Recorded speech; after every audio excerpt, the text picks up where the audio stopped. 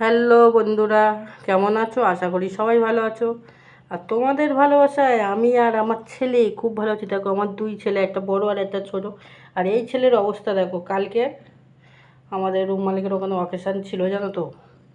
আর এ মনে হয় গেছিলো আমার ছেলেটা। আর মানুষেরও বিবেক দেখো, অবহেলা বলে কি তার কি কোনো ইয়ে নেই। দেখো কপালটা দেখো কীরকম ফুটো করে দিয়েছে, কী দিয়ে মেরেছে, কঞ্চির আগা দিয়ে। দেখো দেখো আবার মলম টলম দিলাম। এবেলা এরা তো অবলা জীব, এরা যতই ঝা করো না কেন, এদের তো ব্যথা তো লাগে বলো। তা মানুষের আর কি বলবো, বলার কিছু নেই।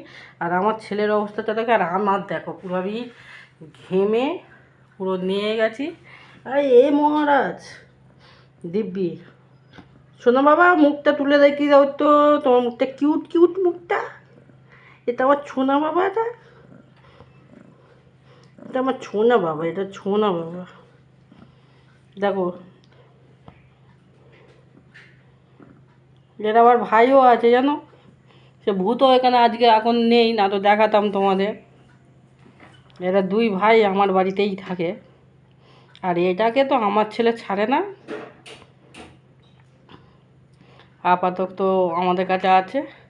আমরা খুব শিগগিরই অন্য জায়গায় চলে যাব, তো ওই জন্য আমার ছেলে, তোমাদের দাদাভাই বলতে একে যাওয়ার সময় নিয়ে যাবে ব্যাগে করে, বুঝলে।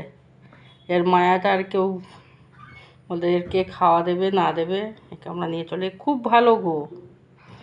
দেখো, একটা মানুষকে যতই তুমি খাও না বন্ধুরা, ঠিক দিনের শেষে গিয়ে তোমার নামে নিন্দে করবে, বেইমানি করবে, সব করবে। আর এই এদের খাওয়াবে, এরা না তোমার বেইমানি করবে না কিছু করবে, বঞ্চ তোমাকে আশীর্বাদ করবে।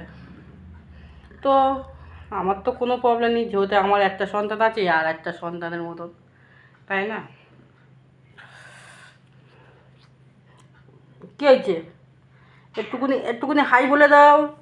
হাই গাইস, 11 দোকানে 22 বলে দাও। হ্যাঁ বলো, বলো হাই। লজ্জা কিসের? বসার দেখো। হ্যাঁ বলো, হ্যালো হ্যালো বলে দাও, শোনা বাপা। দেখো বন্ধুরা, আদর খাওয়া মাস্টার মশাই লোক, এটা এটা সেটা দিল আমার হাতটাকে। এটা মানে ওই ছোনা পাপ্পা, একে এ মহারাজ আবার সব জিনিস খায় না। যেমন বিড়ালও সব জিনিস দিলে খায়, এ খায় না। এ ডুডু খাবে, ডুডু খাবে, মাছু খাবে, চিকেন খাবে।